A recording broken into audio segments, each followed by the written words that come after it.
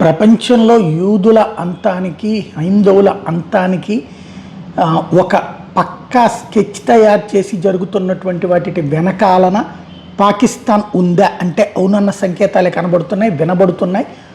తాజాగా ఏదైతే ఆస్ట్రేలియాలో ఒక దారుణ ఊచకోత అనాలి, ఓ రకంగా స్నైపర్ లాంటి గన్స్తో ఎత్తైన ప్రదేశం నుంచి ఎక్కడున్నారో తెలియకుండా ఒకేసారి 1000 మందికి పైగా ఉన్నటువంటి యూదులకు సంబంధించినటువంటి కార్యక్రమం దగ్గర మొన్న ఆ మధ్యన ఇజ్రాయెల్లో ఎట్లయితే మ్యూజిక్ కన్సర్ట్ దగ్గర దాడి చేసి చంపి కిడ్నాప్లు చేశారో అట్లాంటి తరహా సంఘటన ఇప్పుడు ఆస్ట్రేలియాలో జరిగినటువంటిది.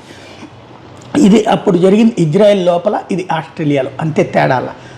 ఇప్పుడు పాకిస్తాన్ అన్న అనుమానం ఎందుకు వచ్చిందంటే ఆస్ట్రేలియాలో ఆ ఘాతుకం జరిగిన వెంటనే పాకిస్తాన్లోని ఏదైతే తీవ్రవాదుల ప్రాబల్య ప్రాంతంలో ఈ విధంగా సెలబ్రేషన్ చేసుకున్నారు, బాణాసంచా కాల్చారు. ఒకప్పుడు మనకి ముంబై పేలుళ్ళ తర్వాత అక్కడ ఇట్లా బాణాసంచా కాల్చబడింది.